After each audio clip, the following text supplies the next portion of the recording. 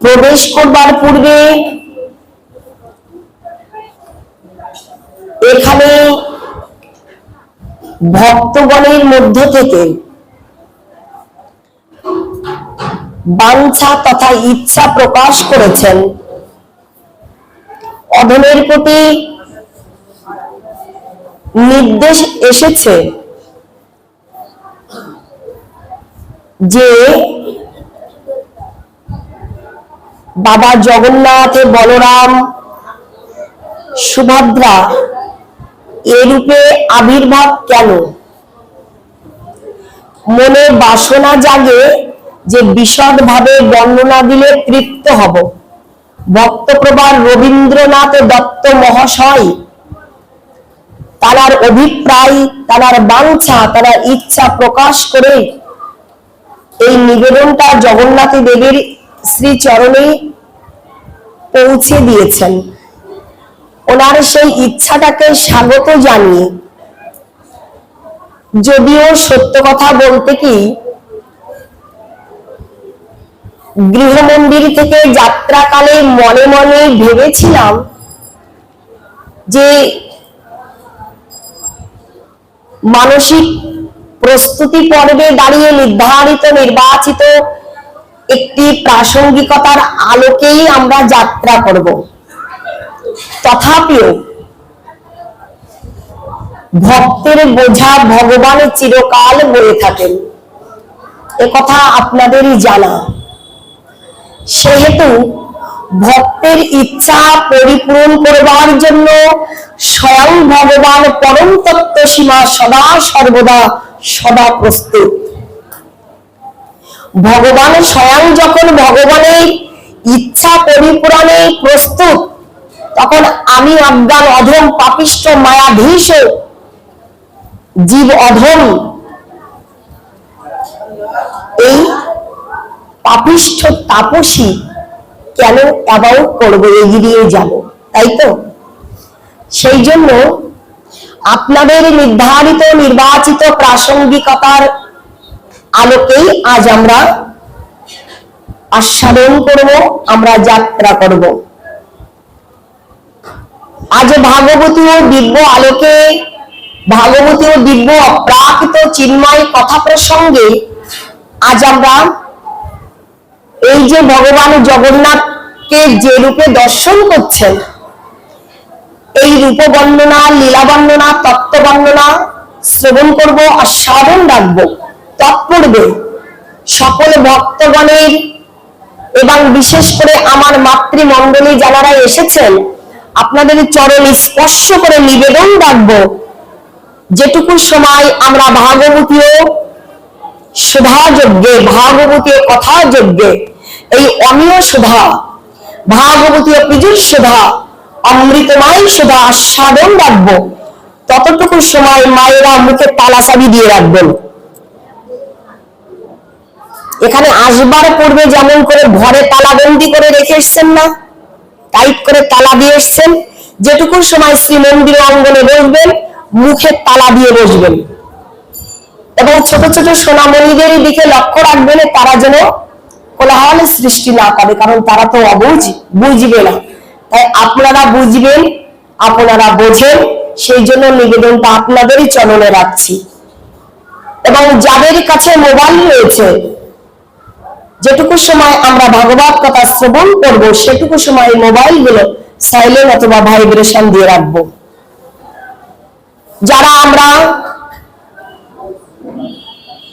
আসছি এবং আসব, মুখটা বন্ধ রেখেই আপনাদেরই জন্য যথাপযুক্ত জায়গার ব্যবস্থা করা হয়েছে, আয়োজন করা হয়েছে। আয়োজিত আয়োজনে কৃপাপূর্বক মুখগুলো বন্ধ রেখে চুপচাপ বসে থাকবেন, আমাদেরকে সুযোগ দিবেন, আর আমরা চেষ্টা রাখবো আপনাদেরকে আপনাদের দেয়া বস্তু ফিরিয়ে দেওয়ার। প্রেম সে বলুন রাধে রাধে।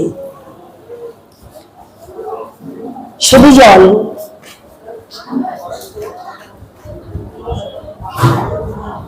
ভগবান জগতের প্রয়োজন অনুসারে বিভিন্ন রূপ ধারণ করে আবির্ভূত হয়েছেন। লক্ষ্য করে দেখুন সকলে, যুগে যুগে কালে কালে শ্রী ভগবান বিবিধ প্রয়োজনে বিভিন্ন রূপে বিভিন্ন মূর্তি ধারণ করে প্রপঞ্চময় জগৎ সংসারে তিনি আবির্ভূত হয়েছেন। কখনো তিনি মৎস্য রূপে, কখনো বা কূর্ম রূপে, কখনো বা বামন রূপে, কখনো নৃসিংহ রূপে প্রভৃতি রূপে তিনি প্রকটিত হয়েছেন, নিজেকে প্রকাশ করেছেন। তো এই যে পরমেশ্বর ভগবান শ্রীকৃষ্ণের অত্যন্ত অত্যন্ত করুণাঘন রূপটাই হচ্ছে ভগবান শ্রী শ্রী জগন্নাথ দেব। বলুন ভগবান জগন্নাথ দেব কি। ভগবানের যুগে যুগে কালে কালে বিবিধ রূপে বিভিন্ন নাম এবং বিবিধ লীলা বিস্তার করবার মানুষে তিনি আবির্ভাব লীলা সম্পাদন করেছেন। প্রমাণটা আমরা কোথায় পাবো বাবা? শ্রীমদ ভগবত গীতা শাস্ত্রীর চতুর্থ অধ্যায় জ্ঞানযোগের সপ্তম এবং অষ্টম নাম্বার শ্লোকে কীর্তন করেছেন। সেখানে দ্বাপর যুগ অবতার লীলা পুরুষোত্তম ভগবান নিজ বদনে, স্বীয় বদনে, নিজের মুখে তিনি কীর্তন করেছেন। কার সমীপে? গৌড়ীয় গগনের উজ্জ্বল নক্ষত্র, গৌড়ীয় গগনের উজ্জ্বল জ্যোতিষ্ক, বৈষ্ণব জগতের কুলমণি, বৈষ্ণব জগতের মুকুটমণি, মধ্যমণি, পাণ্ডব কুলোদ্ভূত তৃতীয় পাণ্ডব, সক্ষ ভাবের মূর্তমান মূরতি, ভক্ত প্রবার ভক্ত শ্রেষ্ঠ অর্জুন মহাশয়, এই অর্জুন সমীপে কীর্তন করেছেন। বলেছেন কি? ইয়দা ইয়দা হি ধর্মস্য গ্লানি ভবতি ভারত অভ্যুত্থানম অধর্মস্য তদাত্মানম সৃজাম্যহম পরিত্রাণায় সাধূনাম বিনাশায়শ্চ দুষ্কৃতম ধর্ম সংস্থাপনার্থায় সম্ভবামি যুগে যুগে। ভগবান বললেন যে যুগে যুগে কালে কালে আমি বিভিন্ন রূপ ধারণ করে জগতে আবির্ভূত হয়ে থাকি, তাই তো? এই ভগবানের বিভিন্ন রূপ ধারণ করবার বিবিধ আজ কারণ রয়েছে। একটি দুইটি কারণে ভগবান নিজেকে বিস্তার করেন না বাবা। একটি দুইটি কারণকে সম্মুখে রেখে নিজ আলয় থেকে, নিজ ধাম থেকে ভগবান এই প্রপঞ্চময় জগতে নেমে আসেন না তিনি। আমাদের চৈতন্য দর্শন ডেকে ডেকে শোধালেন বিবিধ প্রকাশে, শব্দটা দিচ্ছেন বিবিধ প্রকাশে। একটি দুটি কারণকে সম্মুখে রেখে শ্রী ভগবান এই জগতের সংসারে নেমে আসেন না তিনি। তার জগতে নেমে আসার পেছনে বিবিধ কারণ আছে, অনেক কারণ আছে। তিনি সত্যের যুগে শ্রী হরিরূপে এসেছিলেন, লক্ষ্য করে দেখুন। সেই একই ভগবান ত্রেতা যুগে মর্যাদা পুরুষোত্তম রাম ও চন্দ্র রূপে এসেছিলেন। সেই একই ভগবান দ্বাপর যুগে লীলা পুরুষোত্তম কৃষ্ণ ভগবান রূপে এসেছিলেন। সেই ভগবান কলিযুগে, কলিযুগ পাবন অবতার, মহাবদন্য অবতার, প্রেম পুরুষোত্তম গৌরাঙ্গ মহাপ্রভু রূপে এসেছিলেন। আর সেই একই ভগবান তিনি জগন্নাথের রূপে প্রকটিত হয়েছেন, নিজেকে প্রকট করেছেন, আবির্ভূত হয়েছেন। তো এই যে ভগবান যুগে যুগে কালে কালে জগতে নেমে আসেন। এই নেমে আসার পেছনে অনেক কারণ। আমাদের চৈতন্য চরিতামৃতে শ্রী মহাপ্রভু গৌরাঙ্গ সুন্দরের একনিষ্ঠ জন, একনিষ্ঠ ভক্ত শ্রীলা কৃষ্ণদাস কবিরাজ গোস্বামী পাদ। বলুন শ্রীলা কৃষ্ণদাস কবিরাজ গোস্বামী পাদ কি। এই শ্রীলা কৃষ্ণদাস কবিরাজ গোস্বামী পাদ তিনি চৈতন্য চরিতামৃতে আদিলীলায় বলেছেন যে অনন্ত ব্রহ্মাণ্ড তার নাহিক গণন, কোন লীলা কোন ব্রহ্মাণ্ডে হয় প্রকাটন, এই মতো সব লীলা যেন গঙ্গাধর শেষের লীলা প্রকাট করেন আমার ব্রজেন্দ্র তনয়। ব্রজেন্দ্র নন্দনে কৃষ্ণ ভগবান সেই বিভু চৈতন্য স্বরূপ সত্তা মায়েদের ভিতর থেকে একটা গুঞ্জন আসছে, রাধে রাধে। সত্য সত্য এটা রথের মেলা নাকি? কলাও বেচবো রথও টানবো নাকি? হ্যাঁ, কথাগুলোকে বন্ধ রাখুন। যে কাজটা করতে এসেছেন, জগন্নাথ বলদেব সুভদ্রা দেবীকে হৃদয় মন্দিরে বসাতে এসেছেন না মা? কিছু পাওয়ার জন্য এসেছেন না? তা নাহলে তো টেকনোলজির উন্নত প্রযুক্তি নিয়ে বসে থাকতে পারতেন, হাতে রিমোট কন্ট্রোল নিয়ে, মেসেঞ্জারে নিয়ে, ইমো হোয়াটসঅ্যাপ নিয়ে বসে থাকতে পারতেন না? নিরিবিলি নির্জন পরিবেশে বসে সাহেব মারো টেক্কা মারো বিবি মারো করতে পারতেন না? এসেছেন তো কিছু পাওয়ার জন্য নাকি? তাহলে পেতে গেলে কি করতে হয় বলুন তো? কষ্ট লাগছে তাপসের কথা শুনে? ভালোবাসি বলেই বলছি। শাসন করা তারই সাজে, সোহাগ করে যে শাসন করছে না। অনুরাগের ছন্দে ছন্দে নিবেদনটা আপনাদের চরণে রেখেই বলছি, কথা বলবেন না। যদি কারো থেকে কিছু পেতে হয় কি করতে হয়? কি করতে হয় না? সনাতন গোস্বামী পাদে জানিয়ে দিয়েছেন। সনাতন গোস্বামী পাদ তিনি তার উপদেশামৃতে জানিয়ে দিয়েছেন, যদি কারোর থেকে কিছু পেতে হয় তাহলে কি করতে হয়।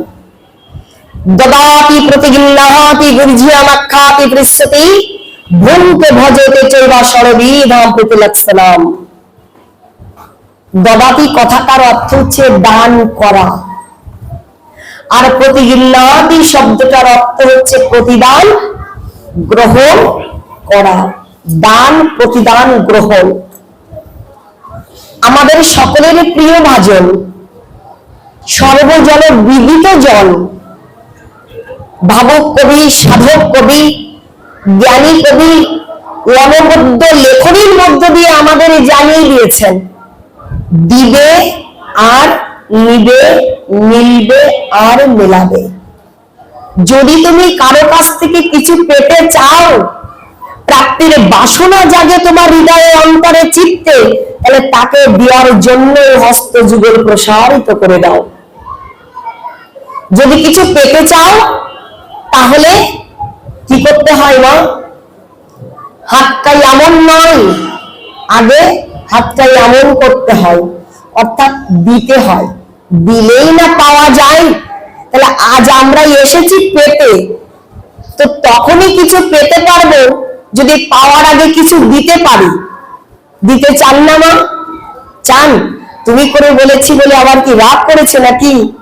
হ্যাঁ, তুমি করে কারা বলে বলো তো? ভালোবেসে আপন ভেবেই না তুমি করে বলা। আপনি করে বললে তো পর পর মনে হয় না?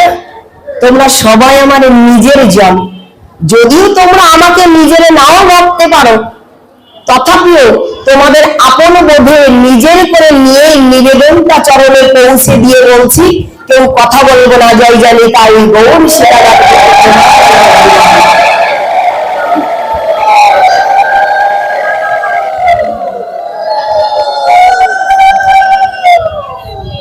জীবের প্রয়োজনে ভগবান যুগে যুগে কালে কালে আবির্ভাব লীলা সম্পাদন করে থাকেন।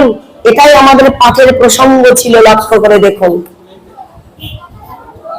তো এই যে রূপে আমরা ভগবান জগন্নাথ দেবকে দর্শন করছি, কৃষ্ণস্তু স্বয়ং ভগবানের অত্যন্ত অত্যন্ত অত্যন্ত করুণা ঘন রূপ হচ্ছে এই জগন্নাথ দেব।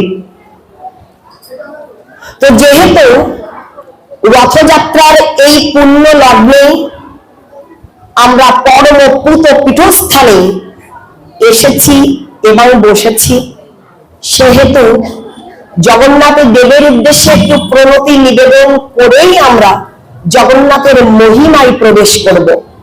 রাজি আছেন তো সকলে? আছেন? তাহলে কৃপা করে হাত দুটো জোড় করি। যে যেখানে যে অবস্থায় আছি, দাঁড়িয়ে আছি, বসে আছি, যে যে অবস্থায় আছি, আমরা কৃপাপূর্বক হাত দুটো জড়ো করব। ওই যে রন্ধনশালার পাশে মা কৃপা করুন, হাত দুটো এমন করুন। এই দিন আর আসবে না আমাদের জীবনে হয়তো বা, তাই না? এই রথযাত্রা অনুষ্ঠিত হবে, বিগ্রহ প্রতিষ্ঠিত হবে, আপনাদের দ্বারা সেবিত পূজিত হবেন তিনি, কিন্তু আগামী বছর আসবার আগেই দেখবেন যারা যারা এসেছি আমাদের মধ্য থেকে অনেক অনেক চেনা বদন গুলো, অনেক অনেক ব্যক্তিগুলো বিদায় নিয়ে চলে গেছেন। সত্য কিনা? জাতস্য হি ধ্রুব মৃত্যু ধ্রুবম জন্ম লোকস্য চ তস্মাৎ অপরিহার্য অর্থনতাম সচিত মহর্ষি। জন্ম হয়েছে মানেই আমাদের একদিন না একদিন মৃত্যু হবেই, মাস্ট। আমাদের জন্ম হয়েছে মানে একদিন না একদিন মৃত্যুর স্বাদ গ্রহণ করতেই হবে। জন্মগ্রহণ করেছি মানে একদিন না একদিন আমাদের মৃত্যুকে আলিঙ্গন করতেই হবে।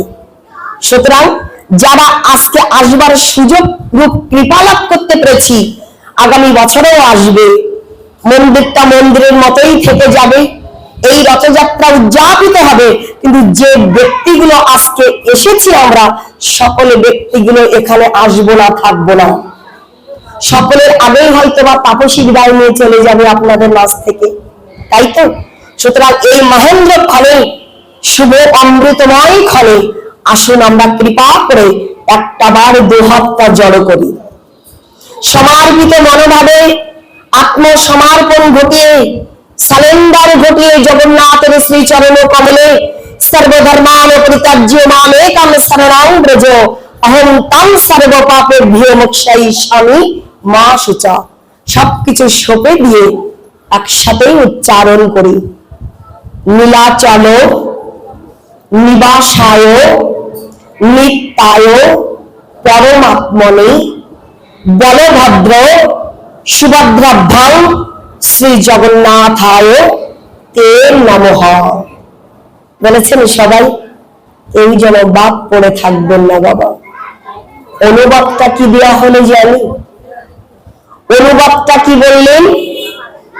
পরমাত্মা স্বরূপ নিত্যকাল জানারা নীলাচল পুরুষোত্তম ক্ষেত্রে অবস্থান করছেন, বিরাজ করছেন, বসবাস করছেন। সেই বলভদ্র দেব, সুভদ্রা দেবী এবং জগন্নাথ দেবকে আমি আমার সশ্রদ্ধ প্রণতি নিবেদন করি। বুঝতে পারছি?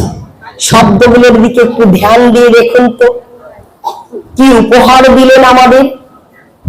কি বললেন? শ্রী শ্রী জগন্নাথ অষ্টকমের ৫ম নাম্বার শ্লোকে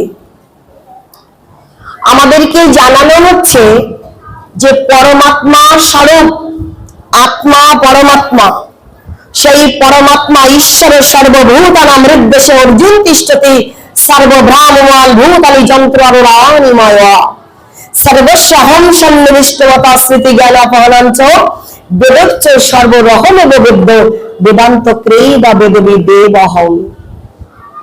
কি বললেন? পরমাত্মা রূপে নিত্যকাল যারা নীলাচলে পুরুষোত্তম ক্ষেত্রে পুরী ধামে অবস্থান করছেন, সেই বলভদ্র দেব, সেই সুভদ্রা দেবী এবং জগন্নাথ দেবকে আমি আমার সশ্রদ্ধ প্রণতি নিবেদন করি। তাহলে এখানে শব্দগুলো আমরা কি পেলাম? স্বয়ং ভগবান যিনি, তিনি তো জগন্নাথ, তাঁর নামটা কি অগ্রে উচ্চারিত হয়েছে মা? হয়েছে কি 7 দিন। জগন্নাথ দেবের নামটা কি আগে উচ্চারণ করা হয়েছে? না, আগে কার নামটা উচ্চারণ করা হলো? বলভদ্র দেব, যিনি সংকর্ষণের অবতার, যিনি এই কলিযুগে নিত্যানন্দ প্রভু রূপে আবির্ভূত হয়েছেন, তিনি হচ্ছেন বলভদ্র দেব, বলরামজি। আগে হচ্ছে বলরামজির কথাটা নামটা উচ্চারণ করা হয়েছে, তারপর অনুজ ভগিনী। অনুজ মানে কি? ছোট। অনুজ মানে হচ্ছে ছোট, কনিষ্ঠ। ভগিনী মানে হচ্ছে বোন, ছোট বোন সুভদ্রা দেবীর কথা উচ্চারিত হয়েছে। আর সকলের শেষে গিয়েই ভগবান জগন্নাথ দেবের নামটা উচ্চারিত হয়েছে। বলভদ্র দেব, সুভদ্রা দেবী এবং জগন্নাথ দেবকে প্রণতি নিবেদন করে।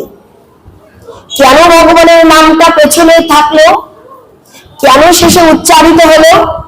এজন্যই লক্ষ্য করে দেখুন, স্বয়ং ভগবান কীর্তন করেছেন যে আমার হতে আমার নাম বড়, নাম হতে আমার ভক্ত বড়, আর ভক্ত হতেও আমার ভক্তের চরণ ধূলি তথা চরণ সেবাটা বড়। আমার ভক্তের পূজা আমার হইতে বড়, এই তো গীতা ভাগবত শাস্ত্রে কহিলেন দিল। কেমন করে জানালেন আপনাদের এই মেসেজটা, এই সুসংবাদটি, বার্তাটি কেমন করে জানানো হলো বাবা? বললেন, শব্দ দিচ্ছেন দৈরিক আর হরা দৃঢ়তার সহিত। যেমন তেমন ভাবে বলা হয় নাই, জানানো হয় নাই, দৃঢ়তার সহিত ঘোষণা করেছেন ভগবান স্বীয় বদনে, নিজের বদনে, নিজের মুখে। কোথায়? গীতা ভাগবতে। কি বললেন? আমার সেবা অপেক্ষা, আমার পূজা অপেক্ষা আমার ভক্তের সেবা এবং আমার ভক্তের পূজাটা জগতের সর্বশ্রেষ্ঠ।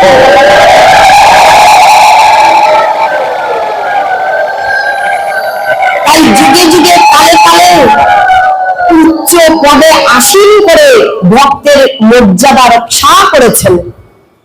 এজন্যই ভক্তদের নামগুলো আগেই উচ্চারিত হয়েছে। যে জগন্নাথের সম্বন্ধে শ্রবণ মানুষের ব্রতী হয়ে বসেছি আমরা তাহলে ছোট করে একটু জগন্নাথ দেবের পরিচিতিটা, পরিচয়টা একটু জেনে নিব, তাই তো বাবা? জানবো যখন ভালো করেই জানবো, না কি যাতে ভুলে না যাই।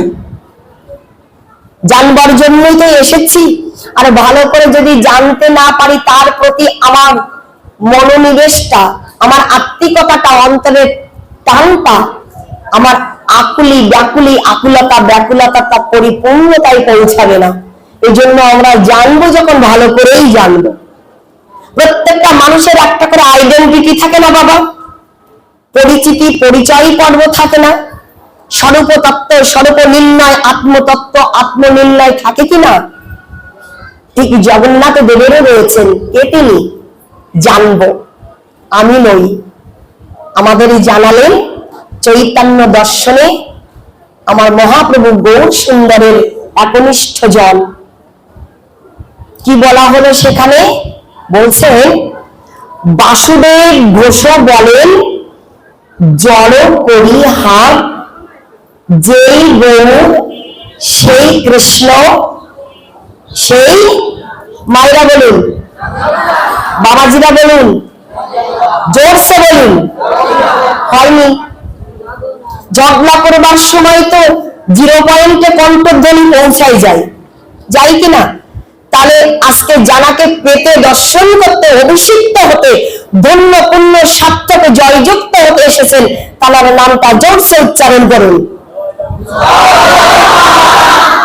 আরেকটু বাকি আছে না বাবা? আছে কিনা? 0 পয়েন্টে পৌঁছেছে না? তাহলে আরো জোর হবে। আর সেটা হবে কি করে? আমার মন বলছে আরো একটু কম কি থেকে গেল। এবার সকলে মিলে একসাথে বলি, তিনি হচ্ছেন ঈশ্বর ভগবান জগন্নাথ। তাহলে যিনি কৃষ্ণচন্দ্র, তিনি আমার মহাপ্রভু গৌরাঙ্গ সুন্দর, আর তিনি হচ্ছেন ভগবান জগন্নাথ দেব। একই জন ভগবান। যুগে যুগে কালে কালে যে কথাগুলো আমরা পূর্বেই কিন্তু সূচনাতে জানিয়েছি, তাই তো? একই ভগবান যুগে যুগে কালে কালে ভিন্ন রূপে ভিন্ন ভাবে আমাদেরকে কৃপা করবার জন্য আবির্ভাব লীলা সম্পাদন করেছেন। এই যে রূপে আজ আমরা ভগবানকে দর্শন করছি, এই রূপে প্রকটিত হওয়ার পেছনেও অনেকগুলো কারণ রয়েছে। আমরা প্রধান প্রধান কারণ সমূহ সাধন করব, তাই তো? প্রথম কারণটা শুনুন। এই যে জগন্নাথ দেব দারু ব্রহ্ম রূপে প্রকটিত হয়েছেন আমাদের মাঝে, এই রূপে প্রকটিত হওয়ার প্রথম কারণ, সেই প্রথম কারণটা হচ্ছে আজ আমরা সকলেই জেনেছি, সকলেই শুনেছিও, আমরা শাস্ত্র গ্রন্থের দ্বারা পড়েছি। দ্বাপর যুগ অবতার লীলা পুরুষোত্তম কৃষ্ণ ভগবান তিনি যখন কংসের তথা দুরাচারী কংস মথুরাপতি, মথুরা নগরীর অধিপতি কংসের মৃত্যুর কারণ বলে জেনেছেন, তখন একের পর এক গোকুলানন্দে, গোকুল মহাবনে, শ্রীধাম বৃন্দাবন ধামে দুরাচারী পাপাচারী মথুরা নরেশ, মথুরা অধিপতি কংস দৈত্য দানব প্রেরণ করতেন, তাই না? সর্বোপরি সেখানে গিয়েছিল পুতনা রাক্ষসী, অগাসুর, বকাসুর, তৃণাবত্তাসুর, এই অসুরদেরকে পাঠাতেন। সকলেই বিফল মনোরথে আরোহণ করে হেরে গিয়ে কেউ কেউ মৃত্যুবরণও করেছেন, প্রাণপাত ঘটেছে, তাই না?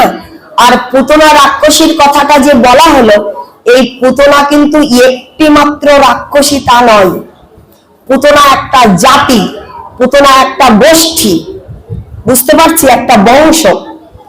তো এই পুতনা বংশতেও কিন্তু ভগবান যখন স্তনে হলাহল মিশিয়ে, বিষ মিশিয়ে কৃষ্ণ ভগবানকে মারবার জন্য গেছিলেন, সেই ভগবান শ্রীকৃষ্ণের শ্রীহস্ত কর কমলেই কিন্তু পুতনা রাক্ষসীর মৃত্যু হয়েছিল। তার গতিটা হয়েছিল মাতৃকুলে, তাই না? মায়ের কুল দিয়েছিলেন, মাতৃ গতি প্রাপ্ত ঘটেছিল তার। আমার ভগবান কতটা করুণাময় দেখুন। সেই ভগবানকে নিয়ে যাওয়ার জন্য সর্বোপরি মথুরা নরেশ, মথুরা অধিপতি রাজা কংস তার অনুচর দ্বারা বিদুর কাকাশ্রীকে প্রেরণ করেছিলেন। এই বিদুর কাকাশ্রী যখন এসেছিলেন শ্রীধাম বৃন্দাবনের রথে আরোহণ করে, তখন মথুরা নরেশ কংসের নির্দেশ শিরোধার্য করে আজ বলরামজি এবং কৃষ্ণ ভগবানকে নিয়ে যাওয়ার জন্য প্রস্তুতি পর্বে উপনীত হয়েছিলেন। কৃষ্ণ ভগবান যখন শ্রীধাম বৃন্দাবন পরিত্যাগ করে মথুরাপুরীতে যাত্রা করবেন অক্রূর কাকাশ্রীর রথে আরোহণ করে, সেদিন কৃষ্ণকে বিদায় জানাতে গিয়ে সমগ্র বৃন্দাবনবাসী ক্রন্দনে রত হয়েছিলেন। শ্রীকৃষ্ণকে বিদায় জানাতে সেদিন কেঁদেছিলেন নন্দ পিতাশ্রী, সেদিন কেঁদেছিলেন যশোদা মাতা, সেদিন কেঁদেছিলেন বাসুদেব, এই বাসুদেব কৃষ্ণের পিতা বসুদেব, সেদিন কেঁদেছিলেন দেবকী মাতা, সেদিন ক্রন্দন করেছিলেন শ্রীদাম, সুদাম, দাম, বসুদামের সখা বৃন্দ, সেদিন ক্রন্দন করেছিলেন ললিতা, বিশাখা, চিত্রা, চম্পকলতা, ইন্দ্ররেখা, অঙ্গদেবী, তুঙ্গবিদ্যা, সুদেবী, অষ্ট গোপিকা মণ্ডলী, সমগ্র ব্রজ ললনাগণ ব্রজাঙ্গনাগণ, ব্রজবাসীগণ সেদিন ক্রন্দন করেছিলেন বৃন্দাবনের গাভী বৎসগণ, গাভী মাতাগণ। সেদিন ক্রন্দন করেছিলেন শ্রীমতী রাধারানী, সেদিন ক্রন্দন করেছিলেন শ্রীধাম বৃন্দাবনে অবস্থানরত লতা গুল্মগণ। আপনারা শ্রবণ করলে বিস্মিত হবেন, রোমাঞ্চিত পুলকিত হবেন, শিহরিত হবেন। সেদিন কৃষ্ণকে বিদায় জানাতে গিয়ে ক্রন্দন করেছিলেন বৃন্দাবনের বৃক্ষরাজি। বৃক্ষ মানে গাছ। লক্ষ্য করে দেখুন, কথাগুলো কান দিয়ে নয়, মন দিয়েই গ্রহণ করে দেখুন, হৃদয় দিয়েই গ্রহণ করে দেখুন। আজকে যে আমরা মনুষ্যকুলে জন্মগ্রহণ করেছি বাবা, আমাদেরকে সৃষ্টির সেরা জীব বলা হয়েছে। ইসলাম ধর্মে বলা হয়েছে আশরাফুল মাখলুকাত, 18,000 মাখলুকাতের মধ্যে মানুষই নাকি সর্বশ্রেষ্ঠ। আমাদের ভাগবত শাস্ত্রে কীর্তন করেছেন শ্রীকৃষ্ণের যতক খেলা, সর্ব উত্তম নরলীলা, নর গোপ তাহার স্বরূপ, গোপবেশ বেণুকর, নব কৈশোর নটবর, নরলীলা হয় অনুরূপ। আমরা কবিত্বের ছন্দে ছন্দে জেনেছি, লেখনীতে জেনেছি, শুনুরে মানুষ ভাই, সবার উপরে মানুষ সত্য, তাহার উপরে নাই। আমাদের শাস্ত্রগণ জানালেন জলজানবলক্ষানি স্থাবরলক্ষ বিংশতি ক্রিময় রুদ্র সংখ্যা কা পক্ষিণাম 10 লক্ষকম 30 লক্ষানি পশবা 4 লক্ষানি মানবা। 80 লক্ষ উদার গর্ভ যোনি ক্ষেত্র পাত্র পরিভ্রমণ করতে করতে ঘুরতে ঘুরতে পিতামাতার আশীর্বাদে, দৈব কৃপায়, সাধুগুরু বৈষ্ণব আচার্য কৃপায়, মহৎ মহান গণের কৃপায়, অনাদি আদি শাশ্বত স্বয়ংের অপার অনুগ্রহে, অপার অনুকম্পায় তবেই নাকি এই মনুষ্য কুলে জন্মগ্রহণের সুযোগ কৃপাটা আমরা লাভ করতে পেরেছি। তাহলে আমরা উত্তম কুলে এসেছি, শ্রেষ্ঠ কুলে এসেছি, তাই তো মা? সেই শ্রেষ্ঠ কুলে দাঁড়িয়ে উত্তম জনম পেও যে কিনা আজ আমরা এসেছিলাম গোবিন্দ ভজন করবার জন্য, পড়েছেন না শত নামের পাতাই পাতাই কৃষ্ণ ভজি